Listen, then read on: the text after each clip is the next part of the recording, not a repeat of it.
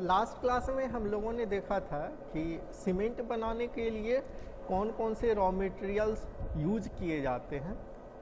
इस क्लास में हम लोग पढ़ने जा रहे हैं कि उस रॉ मटेरियल को हम लोग कैसे प्रिपेयर करें सीमेंट बनाने के लिए।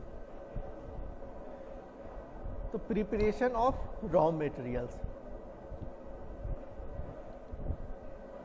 तो आज के लेक्चर का लर्निंग आउटकम होगा कि डिफरेंट मेथड्स जो कि हम लोग रॉ मटेरियल्स को प्रिपरेशन के लिए यूज़ करते हैं उसको रिकॉग्नाइज करेंगे, और उस रॉ मटेरियल्स प्रिपरेशन के लिए कौन कौन से इक्विपमेंट का यूज़ करते हैं उसको हम लोग डिस्क्राइब करेंगे। तो जो रॉ मटेरियल का प्रिपरेशन किया जाता है एक पर्टिकुलर सीक्वेंस में किया जाता है। तो सबसे पहले हम लोग क्रशिंग करते हैं।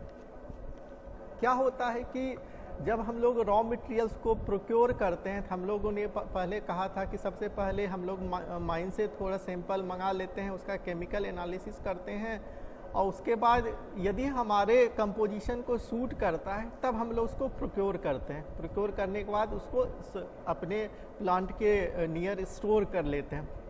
स्टोर करने के बाद जो पहला ये होता है हमारा स्टेप्स, इसको क्रशिंग करना।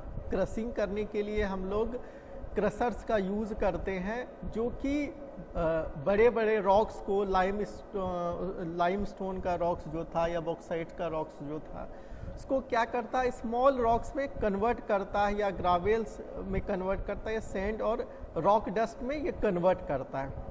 तो क्रशिंग ऑपरेशन के लिए हम लोग जॉ क्रशर्स का यूज़ करते हैं या कोन क्रशर्स का यूज़ करते हैं।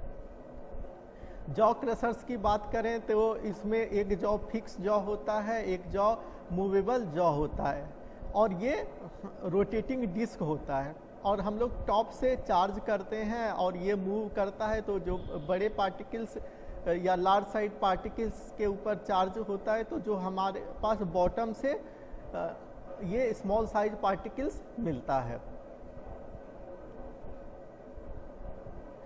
इसके बाद ये सेकेंडरी टाइप क्रशर का यूज़ करते हैं हम लोग, कोन क्रशर का यूज़ करते हैं। इसमें एक ये रोटेटिंग शाफ्ट होता है जो इसेंट्रिक मोशन में रोटेट करता है। टॉप से हम लोग चार्ज करते हैं रॉ मटेरियल को, और देखो लंप साइज का रॉ मटेरियल फीड कर रहे हैं, और धीरे धीरे ये टूटता है। टूटते टूटते अंत में ये स्मॉल पार्टिकल के रूप में डिस्चार्ज हो जाता है।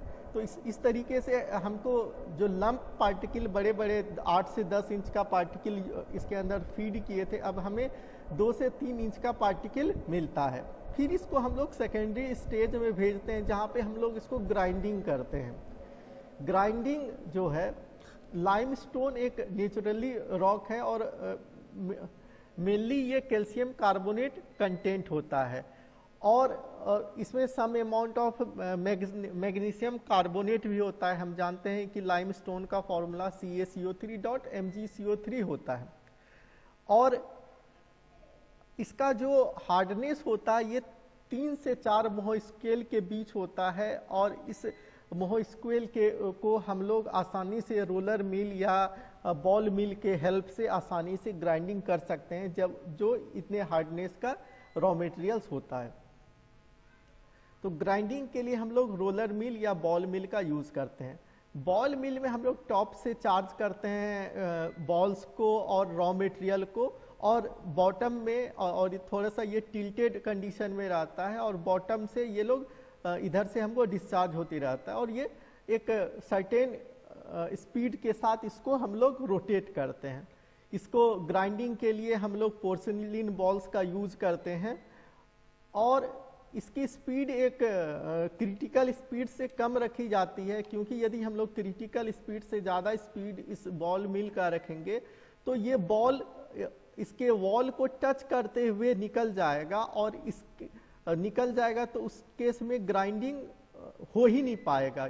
ये ग्राइंडिंग होता है इम्पैक्ट फोर्स के कारण। हम लोग लास्ट प्रीवियस सेमेस्टर में भी पढ़े हैं कि बॉल मिल में जो ग्राइंडिंग होता है वो इम्पैक्ट फोर्स के कारण होता है। एक बॉल दूसरे बॉल से टकराता है और बीच में मटेरियल आता है, या मटेरियल के ऊपर बॉल गिरता है ऊपर जाकर के, तो ग्राइंडिंग का काम होता है। तो इसके लिए हम लोग एक सर्टेन स्पीड से इस बॉल मिल को रोटेट करते हैं।